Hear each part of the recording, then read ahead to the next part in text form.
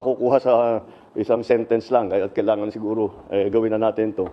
And so anyway, so let's start a subject on the impeachment of Vice President Sara by the House of Representatives.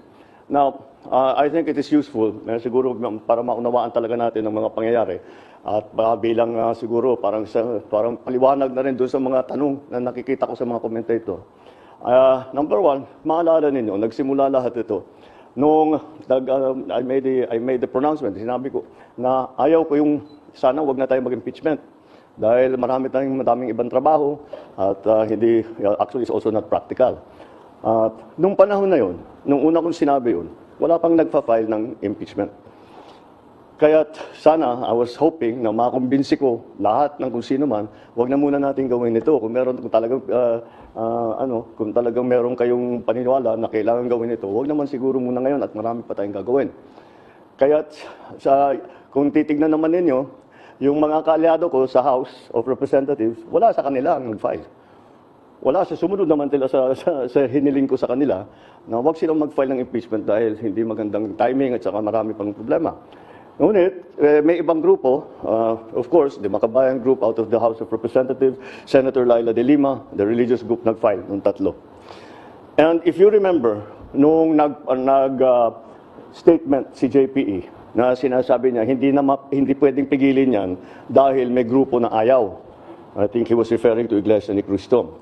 So sinabi niya, hindi naman natin pwedeng pigil dahil may grupo o may tao na ayaw yan. At sinabi ko sa inyo, nung tinanong niyo sa akin, sabi ko, I agree with him. Totoo. And if you remember, my words were this. They will not, once the impeachment complaints are filed, they have no choice. The House has no choice. The Senate has no choice. Kailangan nilang i-proseso ang impeachment complaint. And that's exactly what has happened. Once the impeachment complaints were filed, the House and the Senate, they have no choice. Nakatali na kumay nila. They have to do this. And they have to do it in recognition of the complaints that have been filed. So yun ang nangyari ngayon. And that's why we have come to this point where the House has transmitted already the impeachment complaint to the Senate. We have heard some of the statements made by the Senate President as to how he is planning to handle it.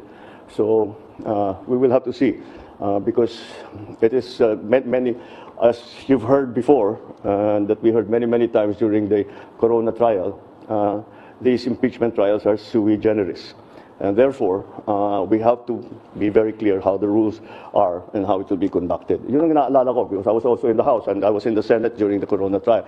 Kaya I have some understanding do sa mga procedure. But anyway, that's the way I see it. That's the way that happened. And now I'll open the floor to any questions of yours. Thank you, Mr. President. First question, Ivan Marina, GMA7. Good afternoon, Mr. President. Good afternoon. While it is true na constitutional duty ng House na to act on the impeachment complaint, meron ho silang choice kung i-endorse sila o hindi.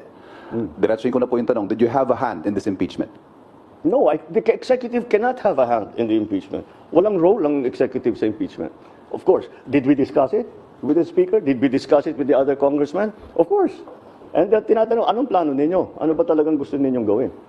And that's it. Well, nandito na ito. Hindi na namin maiwasan. But the conventional thinking, Mr. President, is that nothing comes to pass in the House without the President or without Malacanang's blessing. Well, you give me too much credit.